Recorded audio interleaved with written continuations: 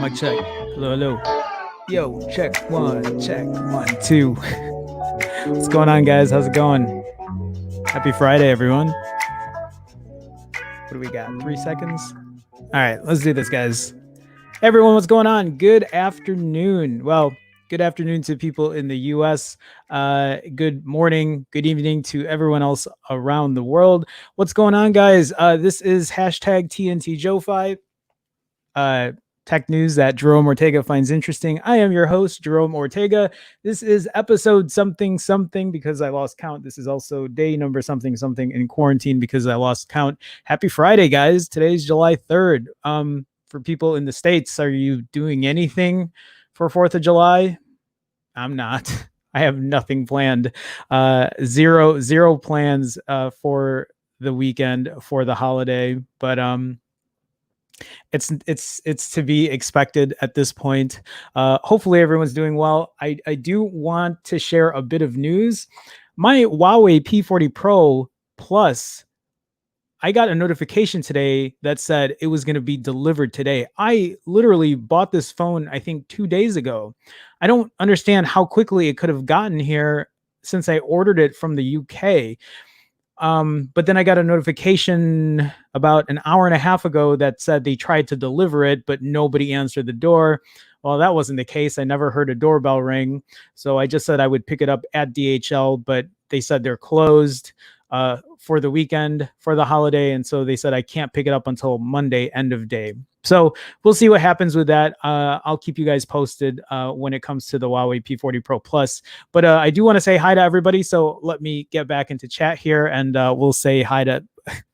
And there's already a super chat from Levin Williams, $2 super chat, small cookout with just fam. Well, that's good. I wish I could do that. I was actually thinking of maybe trying to talk to some friends and see if maybe we could do like an outdoors thing, and maybe still keep distance and do something, but I don't know. I really don't know. I'm still kind of like weary about everything, especially in the States. How many cases did they announce yesterday? It was like over 55,000 cases in the states. It's crazy. Anyway, Levin, thank you for the support, man. Thank you for the super chats lately. You've been going crazy with that, but Levin, I do appreciate that support, man. It really helps me out, and it helps offset costs, and it helps with that P40 Pro Plus. So Levin, thank you for being such a longtime supporter, and everyone else as well. Thank you guys for making it in today's stream. Y 2019 is here. Hi, hey Y, how's it going? Ronaldo's in here as well. What's going on, Ronaldo? Tobez, now. Jagu, Tobez, how's it going? It's been a minute since I've seen you, but glad you can make it. Y says the Nord looks okay, more like an A series from 2019. I could see that from Samsung. Yep. Yeah, Ronaldo's talking about that video editing life. I have to edit so many videos. It's crazy right now. Actually, you know what? Yesterday, Ronaldo, I think before I was going to bed, it was pretty late. And I think I was just checking something up on Facebook and I saw you were streaming. I didn't get a chance to see what you were streaming, but I was like, damn, it's like, I think it was almost like 3:30 a.m. here Central Time. So I was like, I don't know what you were streaming on, but like that's a super super late night stream, man. But anyway, Ronaldo, glad you could make it. Nice to see you. Nice to see you. And Levin says at work, but made it to the stream. What's up, people? Levin, thanks, man. Thanks for coming by. Thanks for supporting. Even when you're at work. Even when you're at work. Tobez says OnePlus Z. We can't call it the Z anymore. We know its real name now is the Nord. The Nord. Team Verizon says, I can't stand glossy backs unless they're Gorilla Glass. Sigh. Hi, everyone. Hey, Team Verizon, how's it going? I didn't even think about that. When I looked at the phone, I didn't even stop to consider about the glossy back. But you're right. That sounds like a fingerprint magnet in the making. But maybe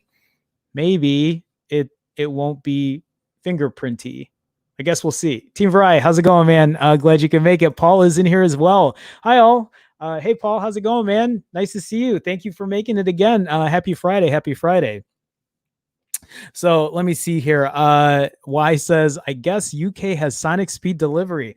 I mean, it's DHL. I never have anytime I ever get DHL deliveries, it's usually from like international stuff. Otherwise, it's usually FedEx or UPS. So yeah, it was super fast. Super fast. I wish they rang the doorbell because I don't think they did. It makes me wonder if they even came by or they just said, hey, we can't deliver it today. We'll try again on Monday. But I just said, no, leave it there at DHL. I'll come pick it up. But they said it wouldn't be available until end of day. But they said they'd email me and let me know. So we'll see. Okay. Tobas says about more than 130,000 deaths. What are we talking about? I was talking about cases. Like in one day, the U.S. had 57,000 cases, I think, in one day. I'm not sure if that's what we're talking about here. Ryu Eugene. Ryu, I don't think I've seen you here before. Have I? Ryu, I doubt it'll be glossy. Hopefully it won't. But that picture on the thumbnail looked like it wasn't it?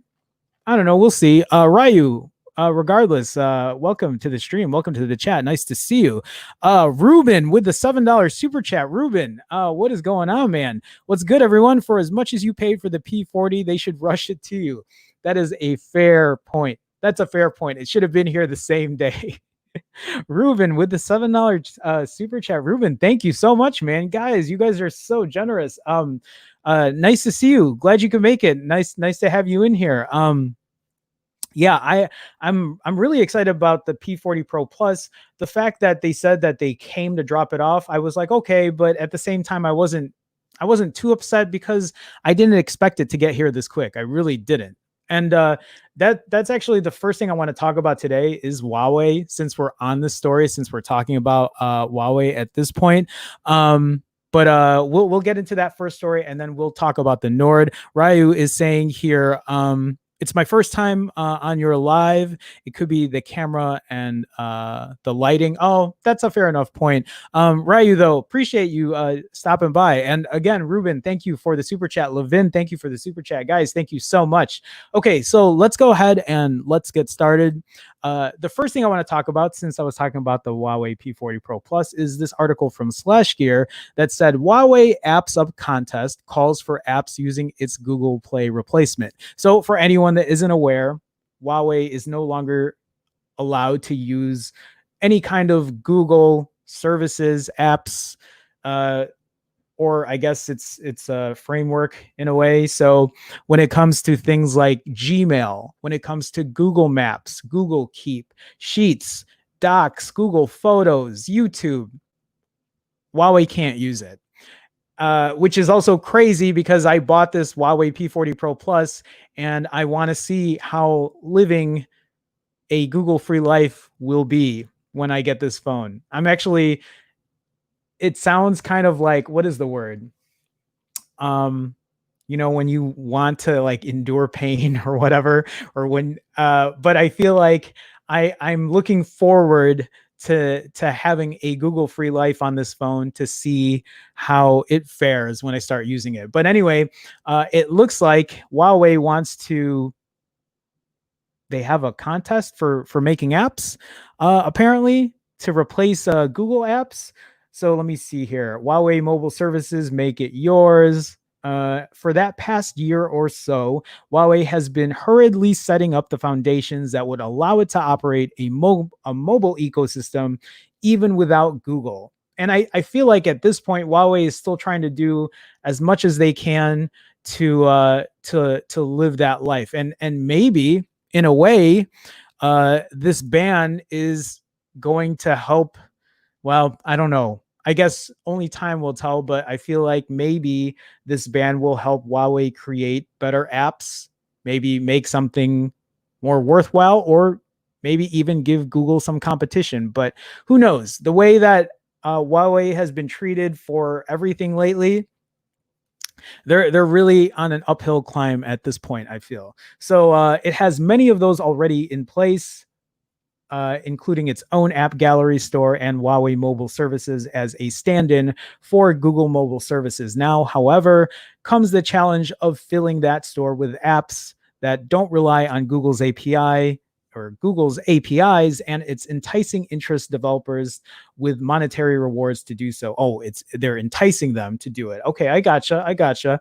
Don't be too excited about the $1 million prize, because that's simply the total pool that will be split between 5 regions that are covered in this contest. Winners can get as low as $2,500 or as high as $15,000 depending on their category. The contest is open to app developers in Europe, Asia Pacific, Middle East and Africa, Latin America, and of course China. Unsurprisingly, North America is not invited. Again, that shouldn't be a surprise. The Apps Up contest will accept both apps and games as long as they make use of HMS, Huawei's replacement for Google Play. Right now, HMS Core covers a wide range of kits, quote, kits or functionality that app developers can use to build their programs. I'm not really going to go into all of this. Of course, the big question now is whether developers will take that offer, at least developers outside of China, where Huawei is huge and where Google Play services have never set foot in the first place.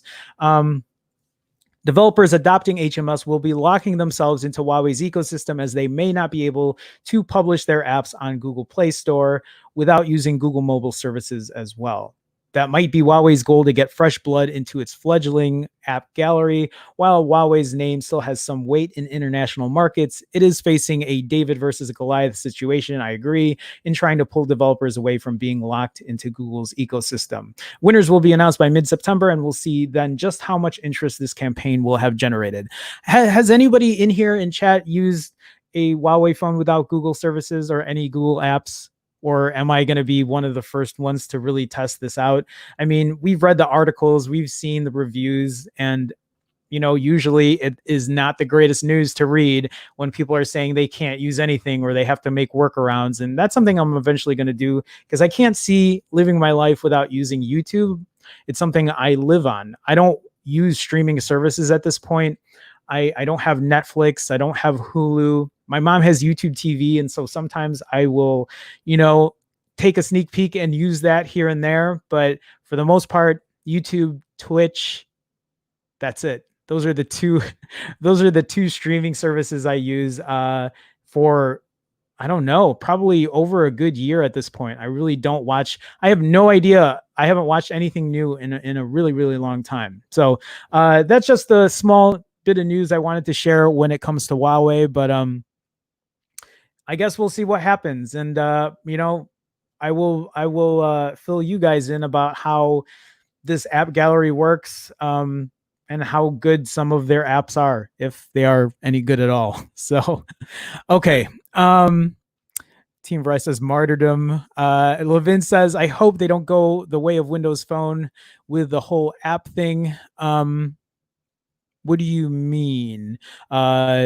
Just trying to get their whole thing started and trying to not have anyone out, like locking them in. Is that what you mean? I'm not really sure. I never owned a Windows Phone, so I don't know much about how their ecosystem was. Ryu says, to be honest, Huawei can't fight Google. They might be able to do it in their home country, but not anywhere else. I mean, Google just has so much leverage. They have so much leverage. I read this article about, I was going to bring it up yesterday, but did you guys see that article about how Google pays, I think, about a couple $1 billion, maybe like 1.5 to $2 billion to Apple, so that Safari defaults to Google? That's a ton of money to be spending. And I feel like, if I remember correctly, I don't know if it's the EU or people want to start putting rules in place saying, hey, this is the monopolization of, search engines. And then, of course, using their money to leverage that. And I don't know how you fix that kind of an issue. I really don't.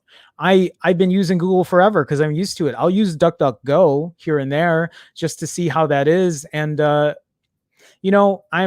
you guys know how I am, or at least the people who are here regularly. I am not one for one company taking over everything. I always feel like it's good to have competition. I didn't even think about that fact that Google was paying Apple so much money to use Google as their default search engine on Safari. But then again, sometimes when I use other apps or whatever, and then I see Bing as the default, I'm like, I don't want Bing. I don't want this. But I don't know how you alleviate that. Maybe the fair thing to do is when you pick your browser, it shows you a bunch of different search engines you can select as your default. I don't know. That's a tough call. I really don't know how you alleviate that issue. So, okay, let me see here. Paul says Bod, and I'm not sure what that is. In log code for a Coner that starts in a minute, so going to watch that. Have a great weekend, all. Paul, have a good one. Appreciate you still stopping by. Nice to have you regardless. I will see you soon, Paul. Take it easy. Levin says not able to get the most used apps by Google. It's very true. And Y is saying, and MediaTek is still not a true competitor to Qualcomm. Nobody is. Apple is just not on the same level since it offers a very different experience. That's a good point. I really didn't think about that either.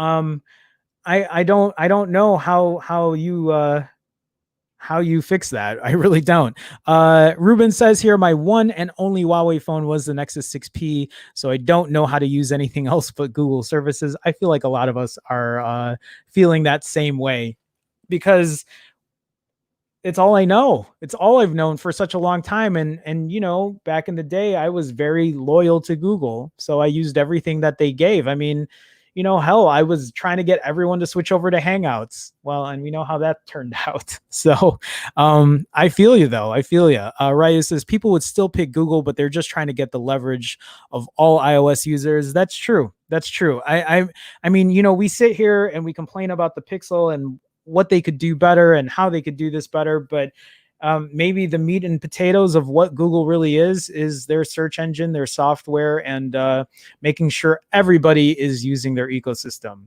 So I can totally see that. All right, let's move on, guys. Let's talk about the Nord. let's talk about the Nord. This article from Android Central says, here is your first look at the OnePlus Nord. OnePlus shares a teaser video of the OnePlus Nord on Instagram. Did you guys take a look at that video? It's about a minute long, and this part here happens for like 3 seconds. So people were just taking real short clips of it. I wish I had that other picture of the thumbnail I used. I'm going to try to find it here and share it with you just so you can see the full picture of, I guess, the best look at the OnePlus Nord right now. I can't find that picture, and I'm trying to share it because I want you guys to see it so you guys know what I'm talking about. Give me 1 second here as I try to find this picture of the Nord. Of course, I'm not going to find it when I need it the most, so we might just stick with that for now, and we'll just read into the story, and if I can find it later, I will share it with you guys. Why can I not find the thumbnail? Where did I put it? Jerome, why is this shouldn't be an issue? There we go. So yeah, right here.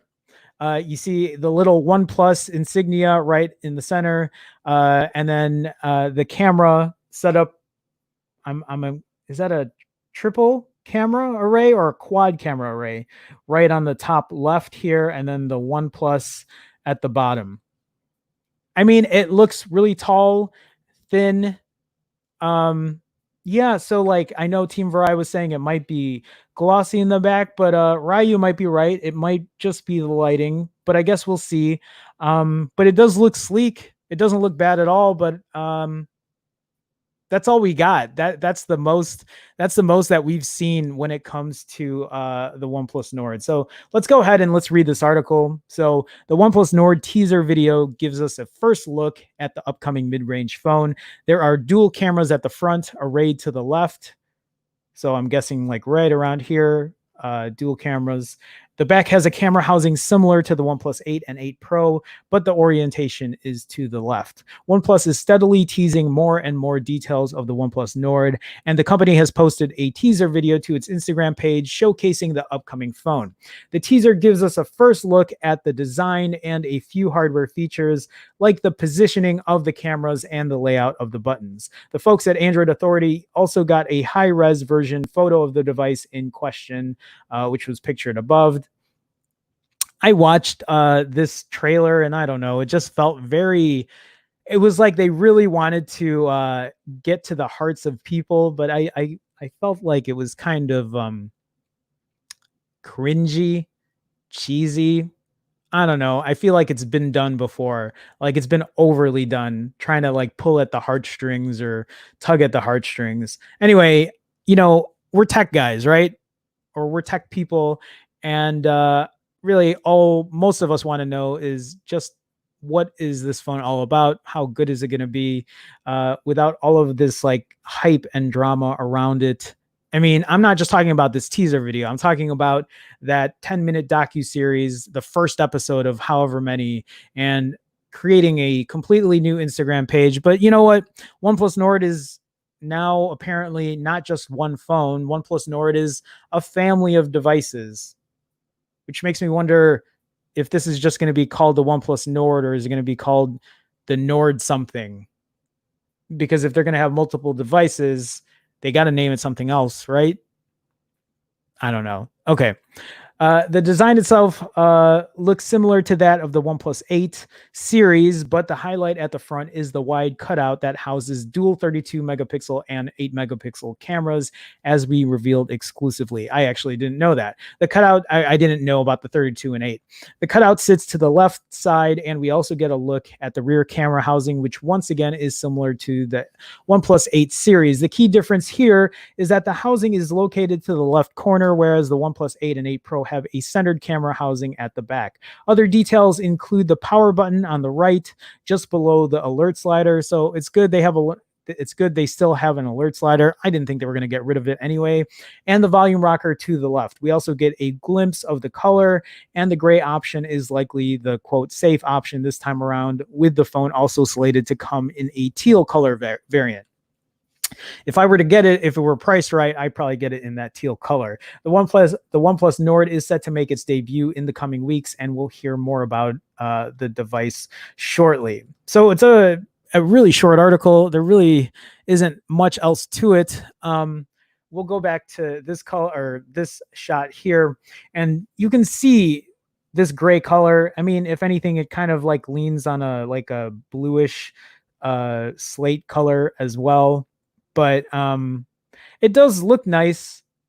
I think if anything, I'm more curious about the price of this phone, because if this price is out at $500, I just don't, at least for me, I don't think I'm going to be spending $500 for this phone. I don't know. I could be eating my words because it might depend on what else this phone comes with. Maybe the cameras are going to be spectacular. Maybe there's some hidden feature that they haven't told us that's going to show up on this OnePlus Nord, but I really don't think there's going to be much. I don't think there's going to be any big surprises that we're not seeing right now. A 90 hertz display is going to be really nice, especially for, a quote mid-range phone, Snapdragon 765. I don't know if it's going to be 6 gigs of RAM, 8 gigs of RAM. People were even saying that, or at least articles I've read said 12 gigs of RAM, but who knows? 128 gigs of internal storage is my guess. I don't think they're going to do 64. I feel like OnePlus wouldn't do that. I think it would be 128 at this point. But it looks nice from what I see, from the little that we've gotten. I mean, I titled it like, this is the OnePlus Nord, like we have all the info, but we really don't. And I think for me, at the end of the day, the real deciding factor is because I know most of the specs at this point, the real deciding factor is the price. Unless the cameras are going to be magnificent, and I don't think they're going to be, because why would the camera on this OnePlus Nord be better than what the 8 has or the 8 Pro? And at that point, why would anyone buy an 8 or an 8 Pro if the cameras are going to be better on this Nord? I don't know. Okay, let me get back into the stream here, the chat at least. Mahir is in here. Hey, Mahir, how's it going? Welcome to the stream. We are actually overwhelmingly dependent on Google, Gmail, Maps, YouTube, search, images, Android. It's scary how much power they have, to be honest, Mahir. It's interesting you say that, because lately I've kind of been feeling the same way too. It used to be different when I felt that Google was more on the you remember the slogan, what was the slogan now? Not to be evil or whatever. And I'm not saying Google is evil today. I just don't know if all that power under one behemoth of a company is the best way of doing things. I don't know. It just, for me, I feel like, what does that mean in the future? Does that mean they're going to use that power to leverage something else down the road? I don't know.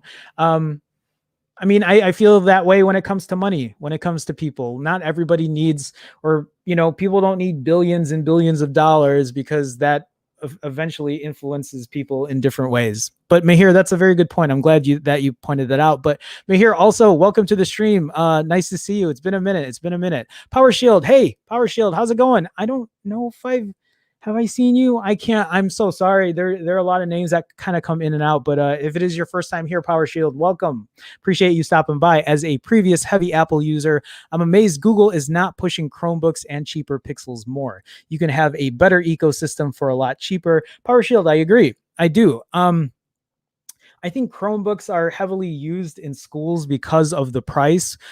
Cheaper Pixels, yeah. I think the one thing that a lot of us are complaining about at this point is, why is the 4A not here?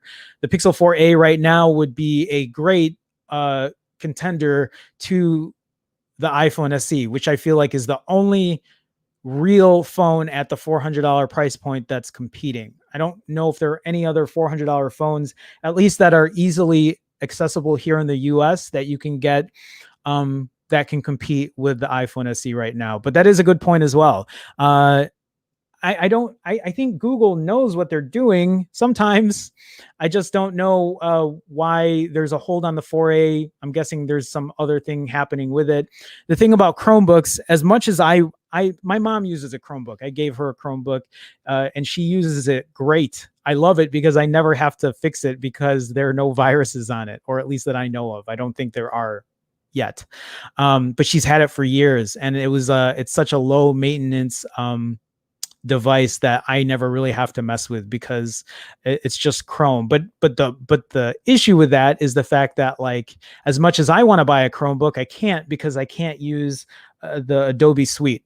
I can't use Lightroom to edit my photos. I can't use Premiere Pro to edit my videos, and then other apps within that suite as well, because I have the whole host of or the whole suite of apps.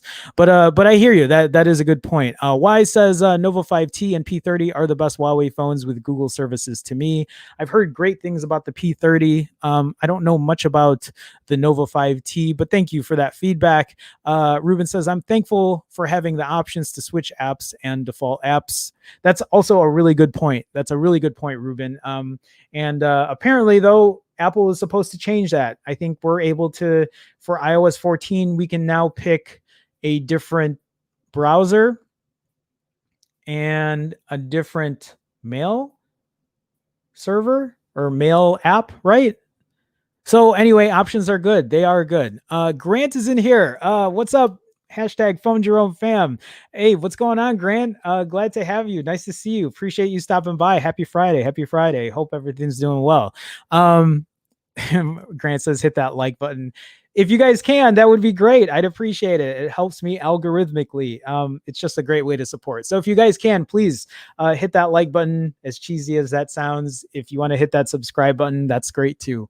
Always glad to have a new subscriber in here and engage in the community and have a talk about what's going on and talking about all this stuff. So Ryu says, I love OnePlus, but that name is just bad. I am not feeling that Nord name either. It's not for me. I don't care for it much either. But the phone looks good though. I can't disagree there. I can't disagree there.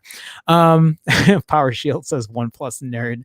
That's something I've thought about too when I see that, or I see Nord and I think about the Noid, which is a Domino's thing. That's showing my age right there. I don't know if anyone knows what I'm talking about when I say Noid, avoid the Noid. Anyway, let me go ahead and scroll down. Ryu says, I think the base price will be $439 and max $499. Yeah. I wonder what specs it's going to come with at a $439 price point. Is it going to be at least 128 gigs of internal storage? I mean, that would be great if $499 is the max, if that's like 12 gigs of RAM and 512 gigs of internal storage, or I'll even take 8 gigs of RAM and 256 at $499, and then make the $439 6 gigs and 128 gigs of internal storage. Would I buy it at $439? I don't know. I'd have to think about it. Maybe. $439 isn't the worst price in the world, so I'm not sure. Keystone Tech. Keystone, what's going on, man? I'm glad you're live. Well, I'm glad you're here, Keystone Tech. How's it going? Nice to see you. Appreciate you stopping by. Always nice to see you when you're in here. It's been a minute. Hope you're doing well, man. Glad to see you. Team Rise says Half-Life 3 will come out before the 4A. Don't say that. The 4A will be out by the end of July. Guaranteed. That is a Phone Jerome promise. Don't hold that promise. Does not hold well, folks. There's an asterisk next to that, because I'm just assuming the Pixel 4a will come out by July, but we'll see when that really is going to happen, if it happens. Ruben says, for the OnePlus, I'm liking the gray color, but I'm not feeling the slim look. Yeah, my TCL 10 Pro is very slim. It feels good in the hand, but it is a tall phone. And I don't know if I'm really feeling that tall phone kind of feel. I don't know. I think we all like different things. So I don't even know how that Huawei P40 Pro Plus is going to be. Is that a really slim and tall phone? I'm not even sure. But I hear you. Team Verizon says, I agree, Jerome. Vegas Pro, InDesign, and Photoshop keep me from getting a Chromebook. Yeah. And I think for a lot of people who are on the creative side, who use a lot of editing, we're not able to use Chromebooks. I mean, for me at this point, I would only get a Chromebook if I need to surf through something or just check emails or whatever. But I have my PC, and so I'm not moving from this. And if I have, if I need to actually move around and be portable and use editing software, I have my 5-year-old MacBook Pro. which surprisingly can still do a lot of work, even though it might be slow. It can still get the job done. So Ryu says NordVPN exclusive to OnePlus Nord. I can already see NordVPN being a sponsor to the OnePlus Nord. It seems like they sponsor everybody on YouTube. Ryu also says, I think it'll be 6 gigs of RAM, 128 gigs of storage, 1080p and 90 hertz. Those are really good guesses. I think I am 100% with you on all of those schematics there. Max is in here as well. Hey, mate, how you doing? I'm good, Max. How's it going? Nice to see you. Appreciate you stopping by. Welcome to the stream. Happy Friday. Happy Friday. Okay, Ryu is saying for $439. Keystone, Texas. Check out my new video on the Moto G stylus. Keystone, I will take a look. Life's been very busy for me lately. If you are preaching to everyone else out there as well, if you guys want to give them a shout out or take a look, please feel free. Okay, guys, let us move on. Let's get on to our next story here. We can always circle back and talk about the Nord.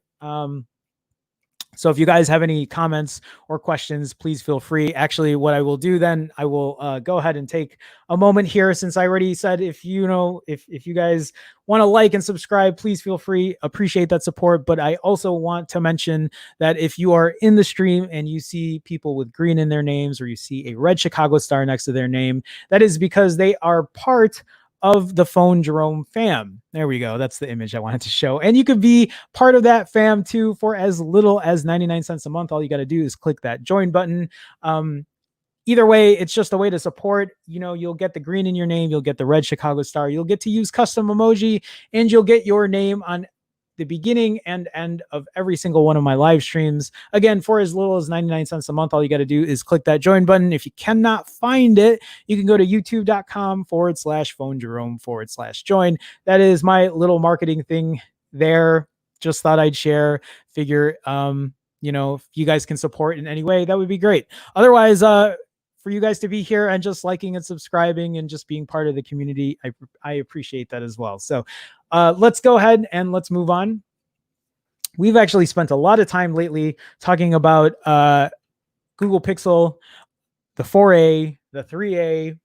If you have been living under a rock, especially if you are a tech enthusiast, you should know this already, but the Pixel 3a officially got discontinued yesterday, or at least the other day. The other day in the US site, the Google store showed the Pixel 3a as completely out of stock. And then the day after, Google said, yeah, we're discontinuing it. And then that's where, once this started happening, I was like, that's it. The 4a is coming, because they're already planning, they planned to discontinue it. It's out of stock. And then now we heard news yesterday that it got certified. It shows the battery capacity, which was 3180 milliamp hours, I think. 3140. I think Y usually knows the numbers when it comes to that stuff. It's past the FCC. And then now there's this article that's saying here, okay, maybe it's not. This is Amazon. It's not Google. But Amazon is cutting the Google Pixel 3 XL for as low as $433.50 for July 4th, which I think is actually, that's a pretty good deal, is it not? $433 for a Google Pixel 3 XL. I mean, I think this chipset will still have a chipset that'll outperform the Pixel 4a. The Pixel 4a should have a Snapdragon 730, and this Pixel 3 is an 8. Why am I forgetting now? 855? Is it an 855? Jesus, guys, I don't even keep up anymore. So it says here, update: while the standard Google Pixel 3 has returned to full price, XL models are still priced from $433.50 shipped. I feel like that's a pretty good price. So it looks like the regular Pixel 3 64 gigs was selling for $378, which is also a great price. That's $430 off the going rate found at retailers like Best Buy, and is within $19 of the lowest Amazon offer we have tracked. It doesn't matter if you've been wanting to upgrade your old smartphone, sorry, I meant to switch this, or simply want a backup. It's hard to overlook this affordable flagship from Google. It boasts a quad-core Snapdragon 845. I'm sorry. Here I am saying 855. Shame on me. Qi charging and a camera that can still hold its own when compared to the latest iPhone and Samsung smartphones. That's right, 855 for the Pixel 4. What am I thinking? Google's algorithms are constantly getting better, ensuring that the bokeh blur in all of your future photos only continues to improve. So I haven't even, is this a link to it? I'm sure it's an affiliate link anyway, but yeah, $433 right now for the Google Pixel 3 XL with 64 gigs. I wonder if these colors are any different when it comes to prices. So more expensive for the black one. And then, well, it's really expensive for, or it's back to, yeah, it's back to regular price for the white one. Now the Pixel 3, yeah, 800. Why is it $800 though? I mean, I wouldn't recommend a Pixel 3 for $800 anyway, or a Pixel 4 for $800. So, yeah, that's me. Anyway, just thought I'd share. If anybody is in the market, you can get a Pixel 3 XL right now for $433, but it would have to be the pink one. Yeah, I guess the prices are here. And then the black one for $447. There's not much more to it. For some reason, I thought this was Google doing this, and I was like, "Yeah, look at this, guys. They're just trying to sell everything out." But yeah, I guess maybe Amazon sees something down the way too. So anyway, just thought I'd share.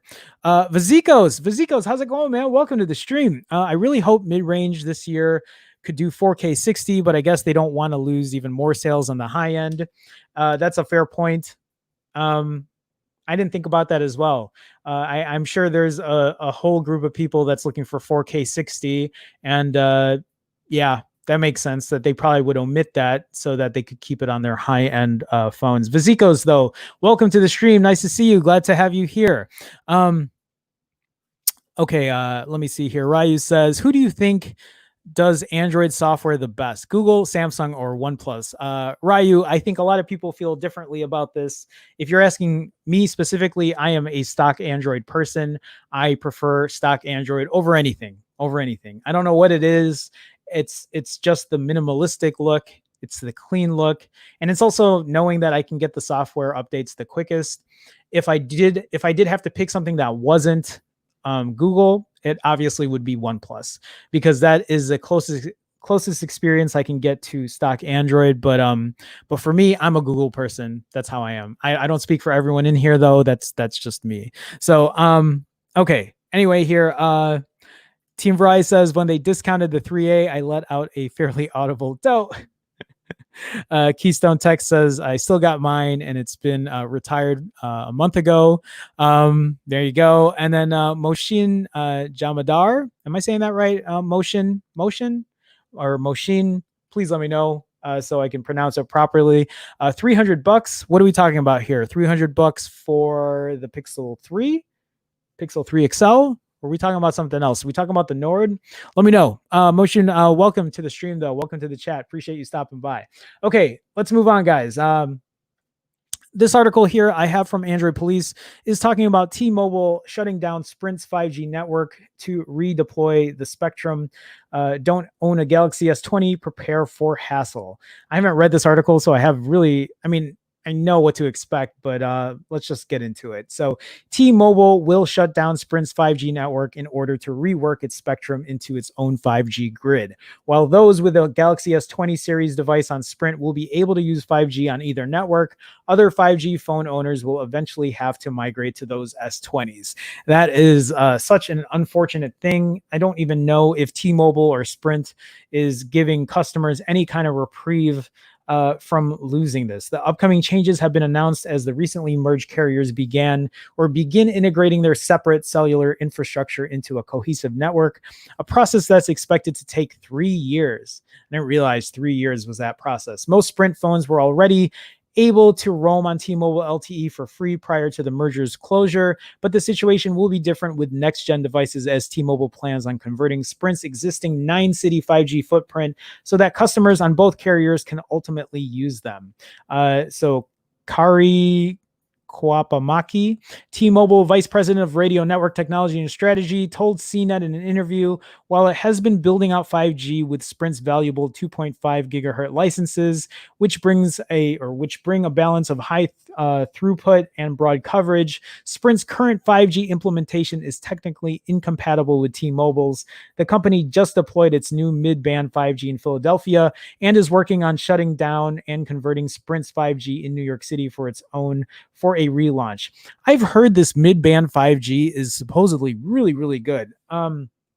Super fast, and I think it works differently than your typical sub gigahertz 5G, and it works differently than what millimeter wave has that Verizon uses. I don't know much about mid-band 5G, but that's something I think I need to do some homework on.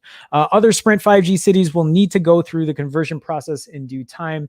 There are also device-based issues too with Sprint's Galaxy S10 5G, which was initially promised to support T-Mobile's 5G network. Its modem is able to tap into LTE band 41, but not 5G NR band N41. So if I'm reading this correctly, if you have Sprint's Galaxy S10 5G, you're not going to be able to take advantage.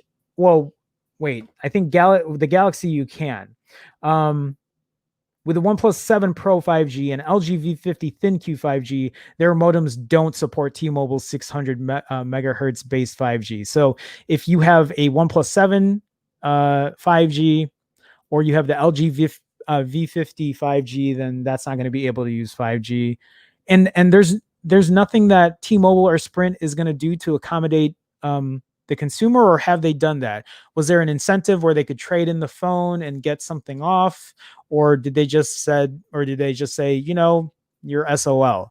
The Galaxy S20 phones, as distributed in the US, feature support for 5G on both Sprint and T-Mobile. All of this to say, if you own any Sprint 5G phone that does not have, there you go, Galaxy S20 in its name, it will eventually lose access to either network's 5G, period. The company will be throwing The company will be throwing those customers lifelines, though, by offering new discounted 18-month leases on a Galaxy S20 5G. I don't know how good these lease terms are. I'm not really going to get into that now. If any of you are in this situation, please feel free to let me know, and I can give you this link from Android Police. One of the many post-merger uncertainties hanging in the air right now are with MVNOs who have 5G data access with Sprint. That's right. That's going to affect them as well. The most prominent of them being Google Fi. In Fi's case, while it currently uses T-Mobile's LTE network, it's not clear if its supporters or if its customers will be able to access T-Mobile 5G as Sprint 5G starts shutting down. So just a heads up, an FYI for anyone who's on Sprint, who's using one of these 5G phones, maybe 5G, or it looks like 5G will not be available for you at that point. Whether or not that makes the biggest difference in the world right now is another thing to discuss. But regardless, if you're losing something that you paid money for, it's a bummer. Totally a bummer. Okay. Let me go ahead and get back in here. I see Tony in here. Tony, hello, Mr. Jerome. Hello, Tony Pazzo. How's it going, man? Welcome to the stream. Happy Friday. Typing on the TCL 10L. There you go. Tony, nice to see you, man. Appreciate you stopping by. Ruben says here, I was thankful to get the Pixel 3 XL in white for around $500 late last year, but that's a good price. It's definitely a good price. It is. I wonder if a Pixel 3 is a better deal right now than getting a Pixel 4a. Well, it depends on what the 4A price is for, because if the 4A price is at $350, I feel like that's a really good deal. But a Pixel 3 XL at $430 doesn't sound bad at all either. Yeah, Keystone says, same here, Tony. TCL 10L. There you go. There you go. Moshin says, will the base model up to $300 OnePlus Nord be launched in India? So, Moshin, from at least from what I've heard, is India supposed to get it at a much better price point. So here in the US, at least what they're hinting at is you keep hearing prices saying sub $500 US. So I'm guessing it could be anywhere as little or as cheap as $500 US, but it could be cheaper than that. I'm hoping it's going to be cheaper in the US than less than $500. But from what I hear in India, if I remember correctly, it converted to about $330 US. So I am almost positive it is going to be a much better price in India than it is here in the States. And the only reason I feel confident about that is the fact that the OnePlus 8 and the OnePlus 8 Pro in India and China are significantly cheaper there than they are here in the States. So I would imagine that they would be just as cheap when it comes to the OnePlus Nord. Hopefully that helps, Moshin. Hopefully that helps. All right, so let's move on, guys. We got about 10 minutes to go. So let's talk about these quote high-end cameras for the iPhone 12. We'll switch it up and we'll talk about Apple. This article from BGR says iPhone 12 to feature high-end camera lenses, Insider says. Now, I know that this first part here is just talking about what the iPhone 12 could be or will be, the speculations and rumors, but we'll talk about that real quick. So the iPhone 12 should be coming out later this year. Apparently there is a delay because of everything that's happening right now. So it might not be coming out until October of 2020, not September, maybe as late as early November of 2020, but that's the speculation. There are supposed to be, I think, 4 different versions of the iPhone 12. And something as cheap as $650 US, but there was also a rumor of something as cheap as $550 US that won't be 5G. But all of these iPhone 12s are supposed to have an OLED display. It's going to have the newest A14 chipset from Apple. Apparently a really good battery. I mean, at least on the 11 or on the 12 Pro, the 12 Pro Max, the higher end versions. They'll all have a great shooter, main shooter for the rear camera. And then the Pro and the Pro Max are supposed to have extra things that come with this extra high-end price, like a LiDAR lens, the telephoto lens as well. I'm sure those will all be improved. I really don't know how good this LiDAR is going to be. And then there were talks that it was going to have that the 12 Pro and the 12 Pro Max were going to incorporate ProMotion, which is Apple's term ProMotion for 120 hertz refresh rate. But yesterday we read a report that says that it might not come with it at all, which in my head, I said would be disappointing because I was kind of looking forward to it. So let's talk about these lenses though, and the camera and how much better or high end that they're supposed to be. So it says here, so this analyst, Minichi Ku, I don't know if I'm saying that right, elaborates on the camera upgrades coming to the iPhone. Ku has a great track record at predicting Apple's moves. So Ku is saying that Largan, who's Largan? See, this is what happens when you don't read the whole entire article, but will supply premium camera lenses to Apple for the iPhones. Although deliveries have been delayed compared to previous years, Largan has provided camera lenses for previous iPhone models as well. Production has been delayed by 4 to 6 weeks, blah, blah, blah. So it says here, Ku's new note does not specify the nature of the quote high-end lenses. Still, he said in a previous report that the 6.7-inch iPhone will feature several rear camera improvements, including larger sensors that can capture better light. Not all iPhone 12 versions will rock the same rear camera setup. The cheapest models will feature 2 cameras, so just the main shooter and the ultra-wide, while the iPhone 12 Pro will get 3 lenses, just like the 11 Pros. And then says on top of that, the new Pros will also receive a 4th LiDAR sensor. So this is exactly everything I've said, except that it's going to come with high-end lenses, but there's no other details. So I felt like this article was just a waste of time. I felt like I read this for no reason. I already gave you all the info that was on it. So what's the deal with that? Anyway, okay, so let's move on. Sorry, I was just checking chat just to make sure we're on the up and up. So yeah, okay, here we go. We're about to close this up here, guys. So let's go ahead and get into this article about the 4A, since we've been talking about Google. The Pixel 4A launch date is needed now more than ever. We've been saying this for a long time. This has been something we've been beating to death day after day after day, and I guess it's not going to stop because I will keep complaining about it until we see this 4A. The Google Pixel 4A became or the Google Pixel 4a become long overdue this week. Became long overdue this week. Wording's off. Several suspected Google Pixel 4a launch dates have come and gone, and just this week, Google officially discontinued the 3a and 3a XL. Then it removed both budget phones from its online store without any explanation or comment. They did comment, though. How old is this article? 11 hours ago. They commented. Did they not? Didn't they say it was discontinued? The outbreak has seemingly delayed the suspected Pixel 4a release date again and again. Google I/O 2020 was canceled. Alternate Pixel 4a launch dates came and went without a phone launch, and to this day, we aren't sure if it will come out. It's unfortunate given the rumors that the cheap Android handset seems like it's so close to release, whether you believe a French price listing and image of several alleged boxed up and sealed Pixel 4a phones, or the recent US FCC and Indian BIS and Singaporean IMDA certifications. The amount of news would suggest that a launch is coming, if not imminent.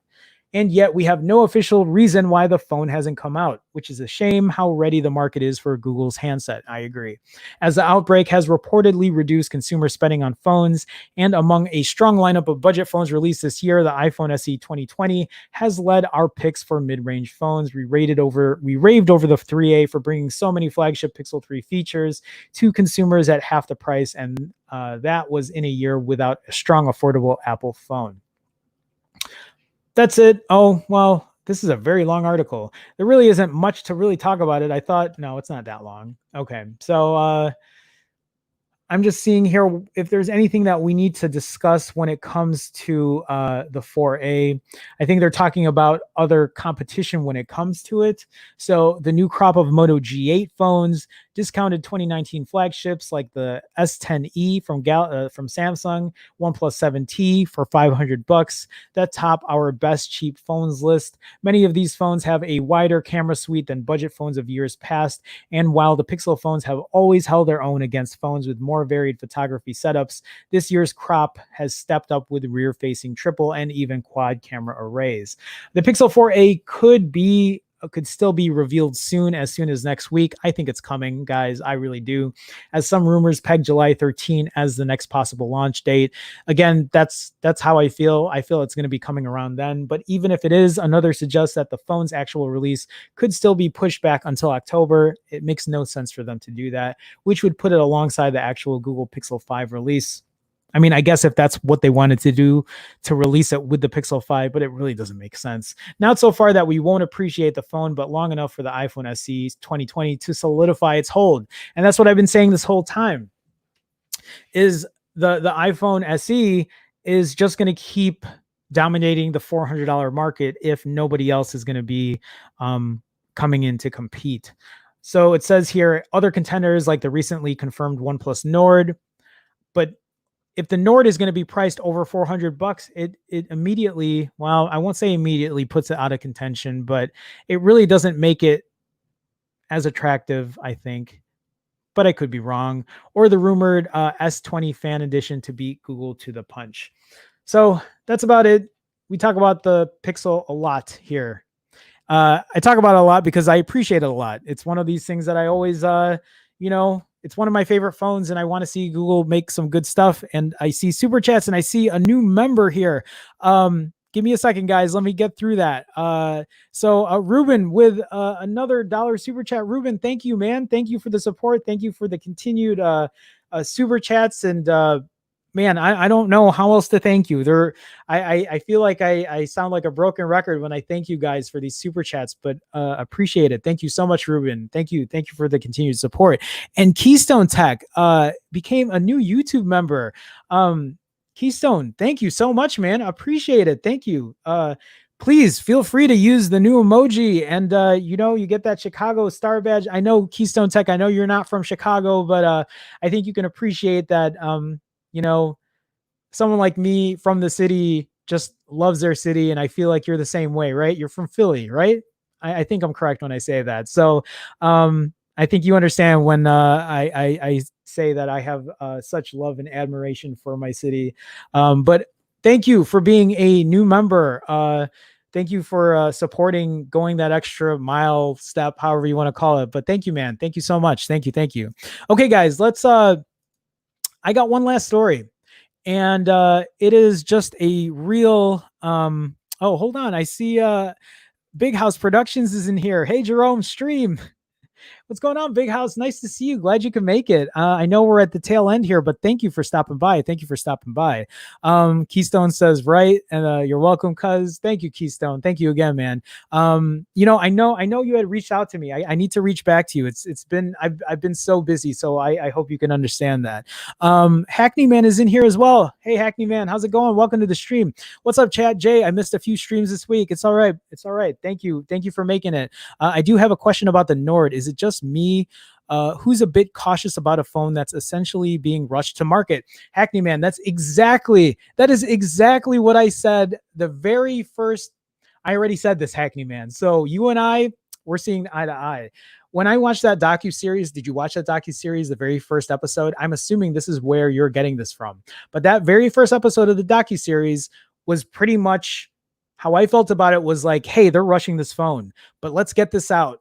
Let's not sleep, team. Let's all, spend all our waking hours working on this Nord and getting it out there as quickly as possible. We only have 6 months to do it. That doesn't sound promising at all when you're about to release a phone that's supposedly new beginnings and all this kind of stuff. Like, the last thing that anybody needs is another rushed phone with quality control issues. But I agree. I'm on the same fence with you. We're seeing eye to eye there. But Hackney Man, welcome to the stream. Nice to have you. Okay. All right, guys. Let us move on to the last story here. This is something that's this is a story that, or at least an article here that I have kind of been complaining about for a while, and the reason I use zero streaming services at this point. This article from The Verge says there are more streaming choices than ever. Why are prices going up? If you guys are not familiar with these prices going up, the biggest one here is YouTube TV going from $50 to now $65, and the justification behind that. Let me even go further back. When YouTube TV first came out, I was one of the first users of YouTube TV. Also because it was $35. It had unlimited DVR. It had a bunch of channels that I was interested in, tuning into. Not all of them, but I tuned into it anyway. And the fact that you could share your $35 account with 6 other people or 5 other people. So it would be 6 total, I think. And then that way you could split that $35 up by 6, and then you would all have your own accounts. You'd all have your own unlimited DVR. Nobody would be interfering with anyone else's shows or anything like that. And I thought it was a great deal. And then shortly after, they went up from $35 to $50. And the justification behind that was the fact that they had more networks, they had more channels.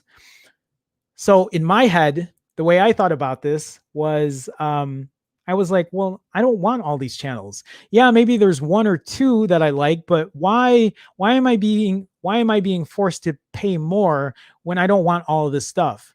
Give me an a la carte option. A la carte meaning I want to pick what I want to watch, and then just charge me that way. I would rather have that option. And then now they're going from $50 to $65, and they've also added more channels to it. Does this business model remind you guys of anything, chat? I mean, I'm sure you guys can take a guess what this model sounds like. This sounds like regular cable TV.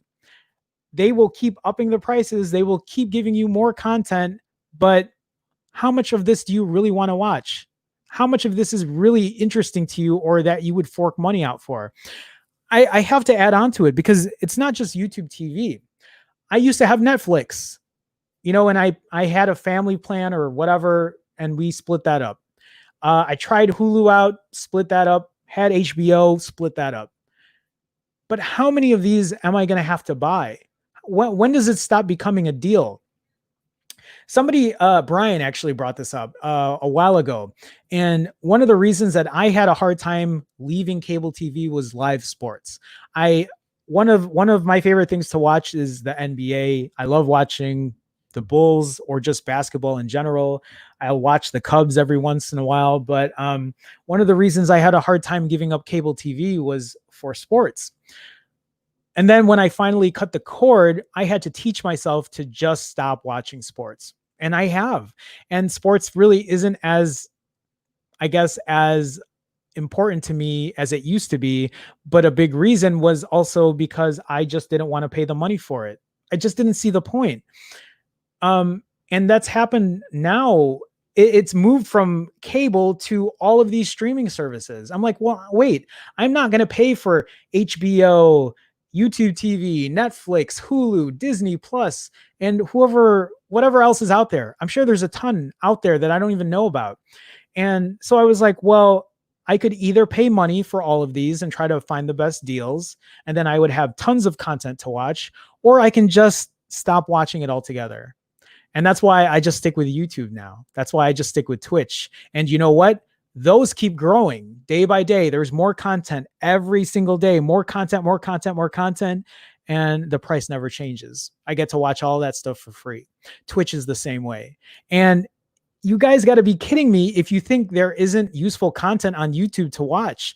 There are creators out there who's trying to put good stuff out. I think it's just a matter of just trying to find what's out there.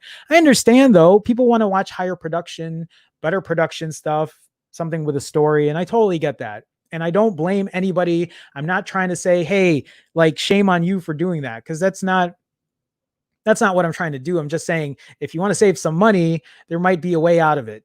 And if I can get out of it, maybe you can get out of it too.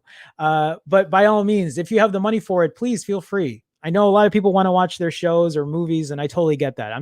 For me, this is how I feel. This is a much longer story than I meant to say, because I just wanted to give my little opinion on it and then read the story. But let's talk about it. YouTube TV announced yesterday that it'd be raising its prices by 30% to $65 per month. Fubo TV followed shortly after. I didn't even know that, announcing increases of its own that put the lowest tier of the service at $60. Or maybe I did hear about that. Anyway, either way, they're going up in price. The first era of internet stream TV, the one of cheap, innovative cable alternatives, is over. And what comes next is going to look a whole lot more like the traditional cable services it promised to replace, with prices to match. Over-the-top internet TV services were supposed to save us from the limited bundles and expensive prices of traditional cable. Big internet companies like Google, PlayStation, and Hulu swooped in to rescue consumers from the archaic TV services of Comcast and AT&T with better apps and rock bottom pricing that seemed almost too good to be true. Turns out it was. All right, I'm not going to go into this whole thing. I feel like I've already explained, what I needed to explain here. So it's saying it's easy to see how we got here. YouTube TV, for example, which started out in 2017 at $35 a month, offering access to ABC, CBS, Fox, NBC, and roughly 35 cable channels. In 2018, went up to 40, and then 50, and then now 65. You can track similar price increases over the years for other services like Hulu, from $39.99. I didn't even know Hulu was that expensive. That's so expensive. To $55, or AT&T Now, for $35 in 2016, and now $55 for its cheapest plan. PlayStation View, $30 a month, blah, blah, blah. This is a much longer article than I thought. In a perfect world, you'd be able to select the channels you wanted off a checklist. That's what I want. I think that would be the perfect world. I don't know if that's ever going to happen, but in the meantime, if it's not going to happen, I will just stay away from TV altogether. People always talk about the newest shows that have come out, and I'm like, well, no, I haven't seen anything. One of the last shows that I watched before I stopped watching TV altogether was like Rick and Morty, Better Call Saul.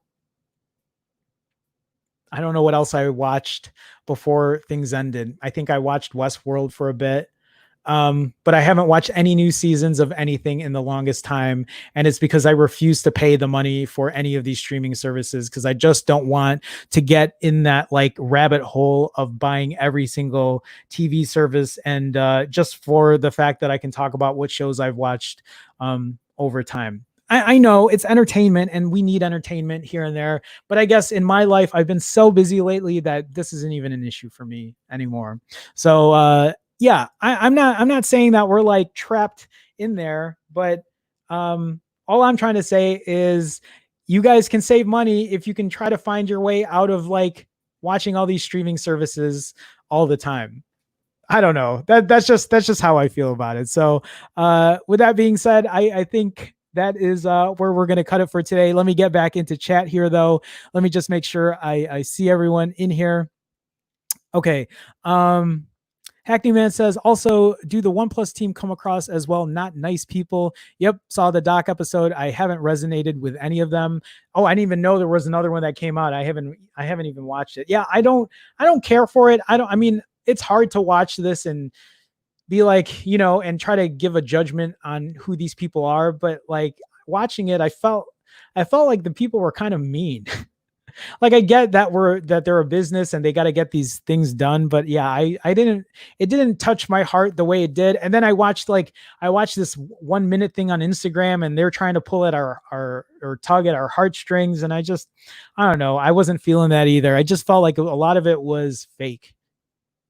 I don't know. I don't know. Okay.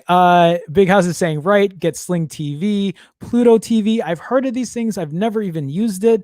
Hopkins says, Hopkins, hey, by the way, but is regular TV so expensive in the US because we have free satellite by Skylink or free sat by Skylink, and it costs around 12 euros per month. That means cheaper than regular streaming services. Hopkins, it's been a while since I've used any kind of cable service, but here in the US, cable, you could probably get cheap cable for maybe 35 a month or something, but it's not even going to be HD. So you're going to get standard def.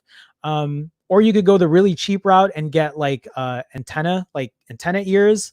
But and I think you get a good amount of channels and you'll get some of them in HD, but sometimes I've tried them and sometimes the quality isn't the best either. But when you say 12 euros, I don't know what 12 euros is in US dollars. I'm assuming between 18 and $20 maybe US, but I don't even think you can get anything that cheap here. Maybe you can. I've been so out of the loop with it that I don't even know. So like for me, if I want to watch news, I can just go to YouTube for news. If I want to check what's really going on in sports, I can get the highlights on YouTube. I'm not trying to replace it. Well, I'm trying to replace it. I'm not telling people to replace it with YouTube or the internet.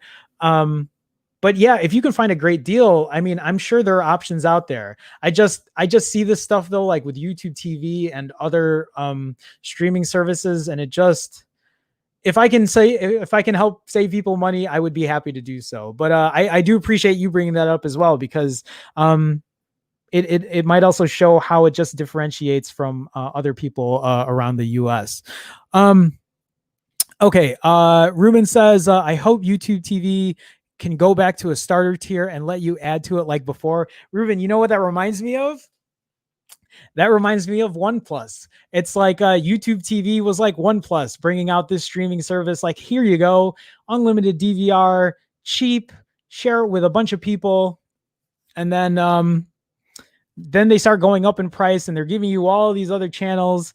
But now Ruben's like, they can go back to a starter tier. So is the starter tier like the OnePlus Nord? Is that what that is? The YouTube TV Nord? I don't know. I'm just trying to associate it in a way. Deepak P. Hey, Deepak P. How's it going, man? Welcome to the stream. If OnePlus Nord supports PUBG 60 frames per second, I will buy it. I don't know if it will. I don't know if anyone else can chime in on that. I have no idea. Again, Deepak, how it comes to gaming. I think you had asked me before if I was into mobile gaming, and I'm not the biggest mobile gamer, but hopefully it does for your sake. So, I'll cross my fingers for you. But Deepak P, welcome to the stream. Nice to have you. Nice to have you. Y is saying supposedly 3140 milliamp hours battery for the 4A. Thank you, Y. Thank you for clearing that up. Hopkins says 12 euros. Oh, it's around $12. They're about the same. I don't know why I'm. Thank you, Hopkins. 12 euros is around $12. I will tell you then, I feel like you will not find any kind of TV that you can get for around $12 when it comes to just like the basic channels for stuff.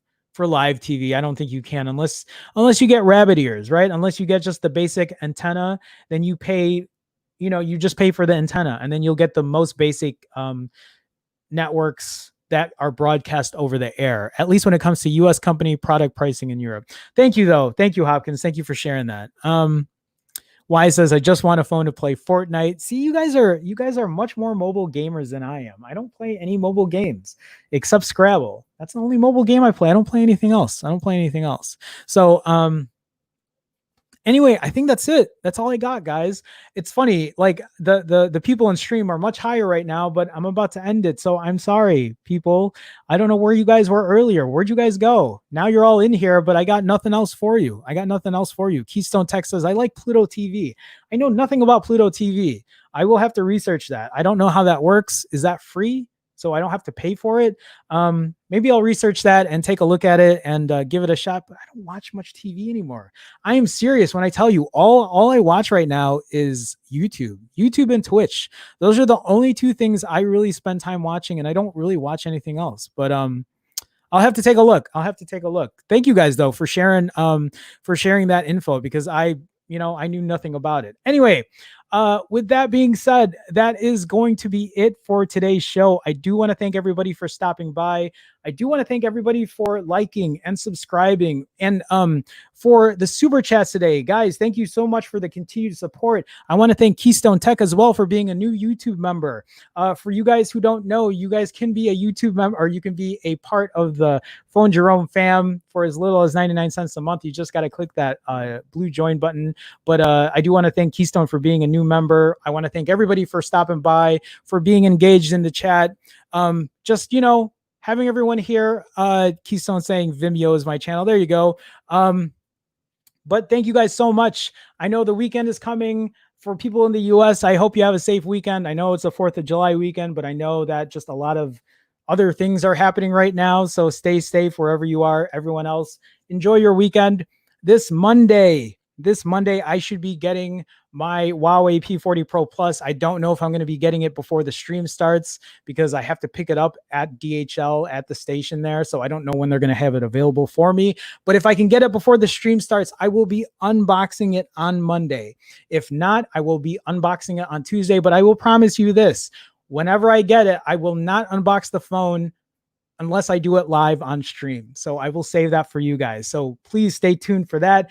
I do stream Mondays through Fridays at 2 p.m. Central. So if you are not a member, if you're not a subscriber, please consider subscribing. Feel free to hit that like button. I appreciate you guys. Thank you guys so much. I love doing this show. It's always so fun to do it.